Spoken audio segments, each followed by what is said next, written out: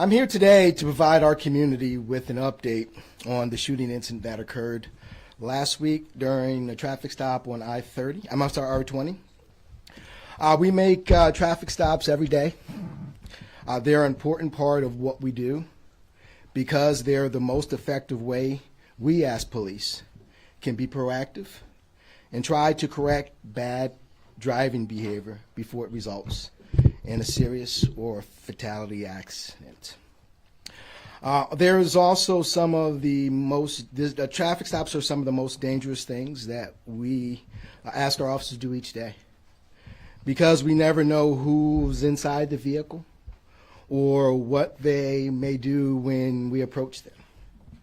Last Thursday afternoon, one of our motorcycle officers was doing a traffic stop along I-20.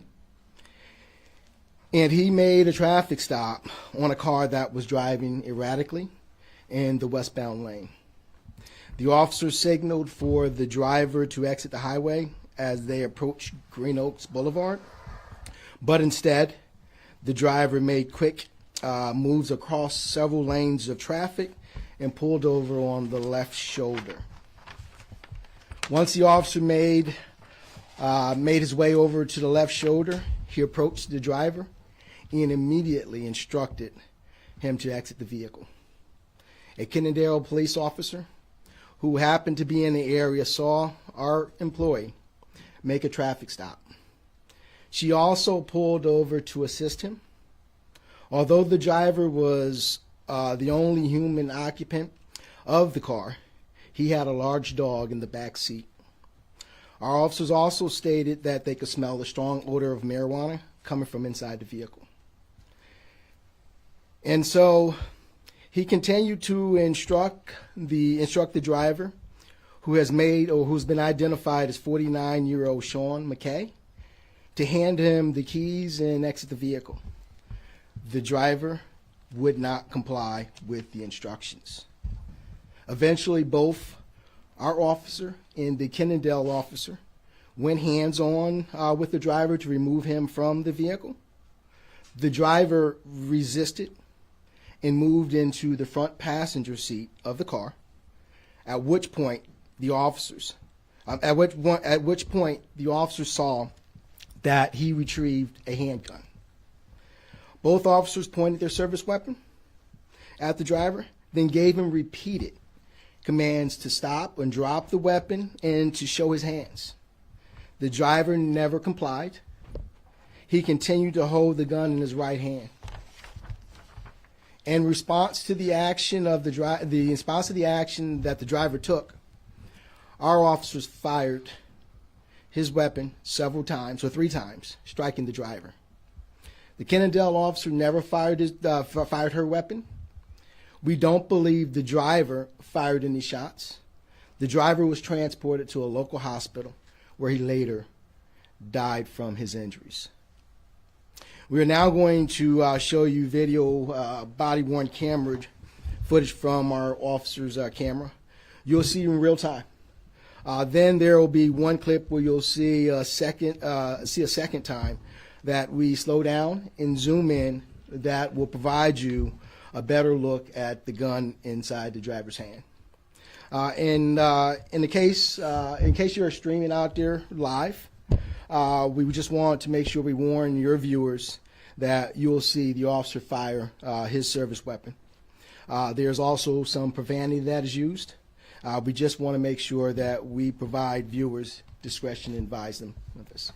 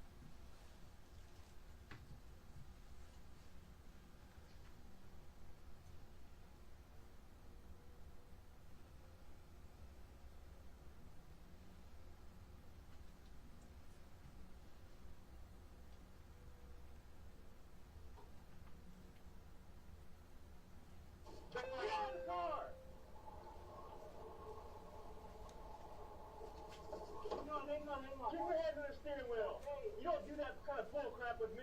Listen, I'm so sorry. I'm here to help her. I don't care. You don't cut across the highway like that. I apologize, sir. I apologize. 6615, stopping. I get backing out. I'm so sorry. You can't do that kind of bull crap. Listen, I'm sorry. I was just trying to get over the, I guess, I had the green arrow. That was you that came through the light. You don't have any type of green arrow on the highway. No. I'm saying when I got back there, I was 615, copy of plate.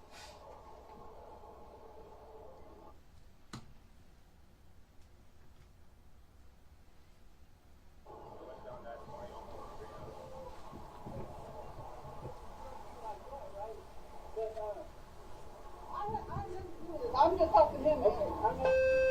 Yeah, what's fine. You was coming from the opposite direction, and as I turned, I had the green arrow, and that's how we got out on the service road real close together like that. And then when I came down, I was trying to get over, but I just wanted to cross the. No, I told you to go across that way. You want to head this way. I didn't see that. Your vehicle smells like weed. You got a gun in the car?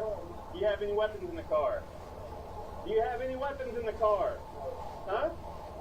You should have done what you were told, man. I told you to get over that way. I have a Canada officer out with me. Go ahead. Turn your car off. Give me the keys. I need the keys. I tell you to turn the car off and give me the keys? No, I didn't. I just told you to turn the car off and give me the I'm keys. not doing it. Step out of the car. Step out of the car. Don't do that, please. Don't touch me. Turn the car off. Don't do it. Turn the car off. No, you just turned it on. Oh, look. Step out of the car then. I'm not doing anything wrong, man. I'm telling you to step out of the car because your dog, you just turned the car on again. Step out of the car. I'm not doing anything wrong, sir. Step out of the car. I'm not doing anything. You are doing something. You just turned the car on when I told you to turn it off. The car Then hand me the keys then. I'm not doing it. Hand me the I'm keys not then. doing that. Give me the keys. Please don't do that. See, you just turned it on again. No. Give me the keys. Listen, it's dead. Don't touch me, man. Give me the keys Don't then. put your fucking hands on me, man. Don't put your hands on me. Give me the keys. Don't put your hands on me. I'm not doing anything. Step out of the car. Don't put your hands on me, man. Don't do it.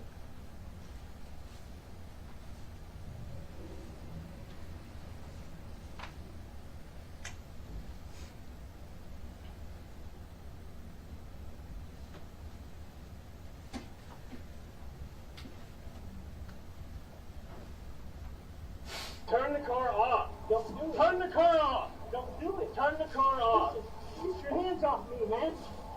You got a gun? You got a gun in the car? Quit reaching around. Listen, man, don't. I'm telling you right Quit now. reaching I'm around. telling you right now, get your hands off me. Turn the Get car your hands off. off me. Turn the car off. Get your hands off me. Give me the keys then. Keys are in the floor. Give me the keys then. Get your fucking hands off me, man. Ah. Ah. 615, 1034. You got a gun. He's leaking. He's leaking. Get it. Don't do it. Get your hands up. Don't do it. Get your hands up. Don't do it. Don't do it. Don't do it. Don't do it.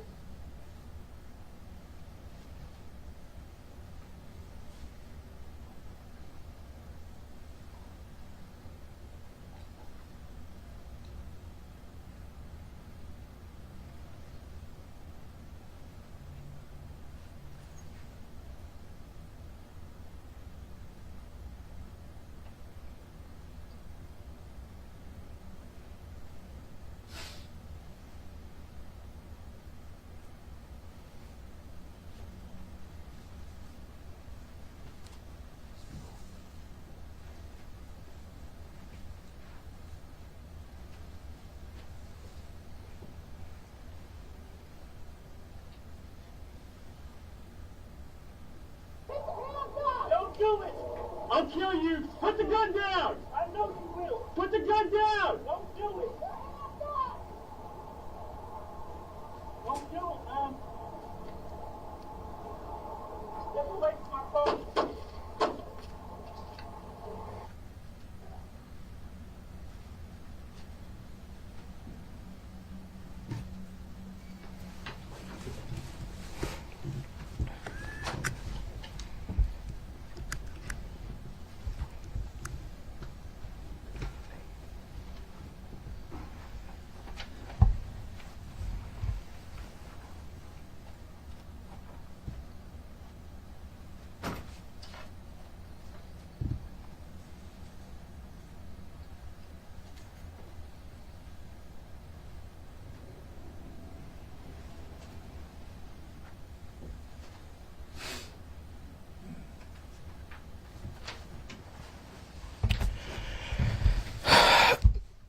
As you see, neither officer was injured during the incident.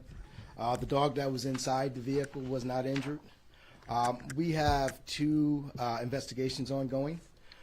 First is the criminal investigation that is led by our homicide unit.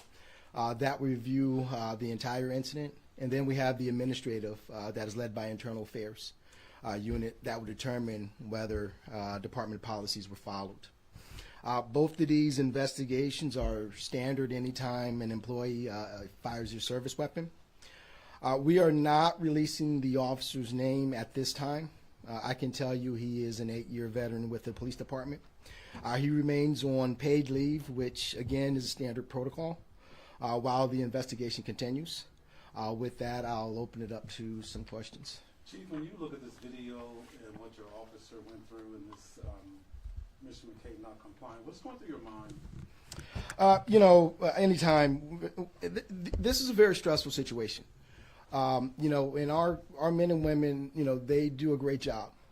They're put in these unfortunate situations where we're asking our residents to comply with us so that we don't have these types of outcomes. Chief. Yes, sir. I spoke with the witness who was behind that vehicle in the car that had been on the side of the road. Her story is that he was coming to help her change a flat tire. And it seems like in that body camera footage, that story seems to be legitimate. He says, I was just coming to help her. I know he swerved across those lanes of traffic. I know he was not complying as we went on. But before he started not complying, what is your reaction to what you saw on that body camera footage? Do you think there was any room to keep that situation from escalating so quick in the way it did? How would you assess the officer's actions within those first 30 seconds to a minute? So here it is. Think about this. He's actually trying to make a traffic stop. And this guy, he's actually telling him move over to the right-hand lane. This gentleman made a decision to cut across several lanes of traffic while we're trying to get him to a safe spot where we can actually do our traffic stop. Unfortunately, he didn't comply with that.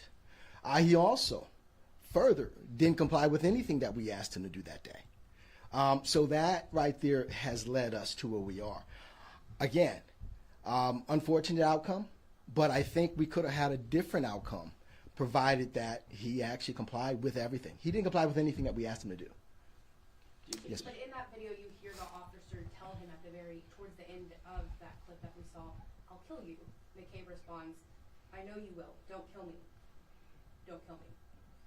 Is that correct? I mean, the officer even stating those words when the intention isn't to kill, but to... Listen, that's a high stressful situation. I'm sure the officer wasn't thinking that he wanted to kill Mr. McKay. What he wants Mr. McKay to do is comply with the orders that he's given. Mr. McKay had several opportunities. He had an opportunity to step out of the vehicle when he asked him several different times. He also had an opportunity to drop the weapon that he had. Those two officers out there, they pretty much begged him to drop the weapon several times, and he failed to comply. Chief, without knowing protocol, and like you said, that's a high-stress situation, in terms of de-escalation, once they saw that gun, would there have been any other consideration to make, maybe retreat, or you tell me? So here, when they saw that gun, that became a deadly force situation. There is really not that much room where they could have de-escalated or moved back because they were like 3 feet away from this guy. We don't have to wait for someone to point our gun at us before we have to take action. Again, it's an unfortunate situation that I wish that we could have had a better outcome, and that's why it's important to comply. There was a smell of marijuana. Was there any drugs found in the car, Chief? That I can't confirm. Okay. Do you believe the shooting, based upon what you've seen here so far, do you believe this was a justified shooting? This is what I'm going to say, out of respect for the investigation. I don't want to really get too far into a comment on that, right? But what I will say this, though, I believe that these officers conducted themselves and I think they looked at the whole situation. But unfortunately, again, we're put in a situation where we have to make a split-second decision. We can't wait for someone to point a gun at us before we actually say, okay, well, it's time for us to take action. By that time, it's too late. Chief, last year you had an officer involved shooting that was fatal, and you ended up terminating that officer. In this case, do you see everything as far as what you can tell right now? No violations, policies were violated according. Right now, again, there is the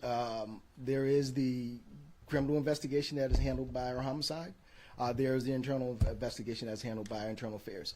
I want to give those men and women who's conducting those investigations a fair opportunity to look at all the evidence and to determine whether a violation has occurred or whether there should be some criminal activity or criminal, or should we send this over to the DA's office for criminal charges. I want to make sure I'm not taking anything out of context. In that footage, when the officer first approaches the car and the driver's side door opens, was that the officer opening his door for him, or was that the driver opening the door himself? I'm not sure. I'm not sure if the officer opened the door or if he was just opening it up. Because I think the officer was yelling for him to open the door, so I think he may have opened it up. Yeah, but there's, okay. Chief, were there any other officers on the way to the scene that he had called? Was he waiting on anybody else to arrive? Yeah, so if you listen to the recording, you can actually hear the officer ask for backup. So we did have backup on the way. But then you also hear the officer say, can you actually have them code 3?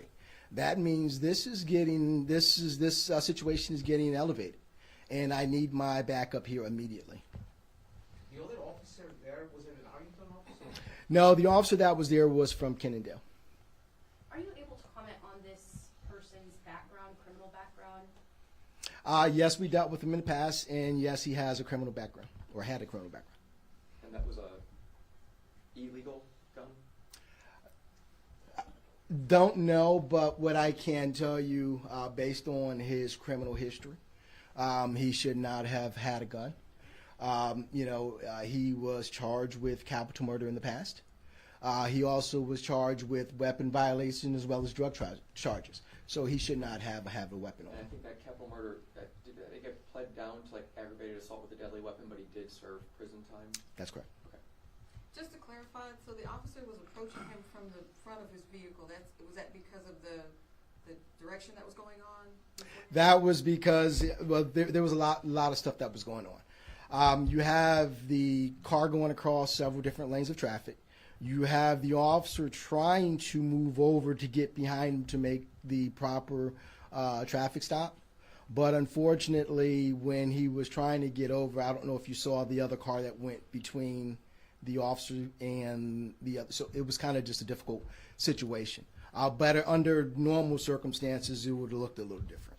When the video shows that the camera was covered because the officer was reaching to talk over the city radio? No, so you got to figure the camera's in the middle of your body. So when you're putting your hands up or whatever, it may block some of it. It's just unfortunate. Go ahead. And I don't want to take you out of context. You said, I'm paraphrasing, you said something along the lines of, we don't have to wait for a gun to be pointed at us before we shoot. So I just want to make sure, and it looked like in the video from what you saw, and not saying that's acceptable, but the gun was not pointed at the officer anytime? No, but this is a different, each situation that we investigate, especially with an officer involved shooting, has a different element to it. Unfortunately, as I said before, Mr. McKay, he did not comply with anything that we told him to do from the initial contact with him. Him having that weapon in his hand leads me to believe he wasn't going to comply with that either, because we told him to drop the weapon several times. We can't wait for someone to point a gun at us before we take action, because sometimes that's too late.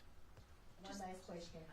Just to clarify, the initial reason he was being pulled over, it wasn't because he was swerving. That was after that. Yeah. So the initial traffic stop was The officer recognized that he had one of those illegal plate cover that had a tint on it. So he noticed that, and he was going to make a traffic stop.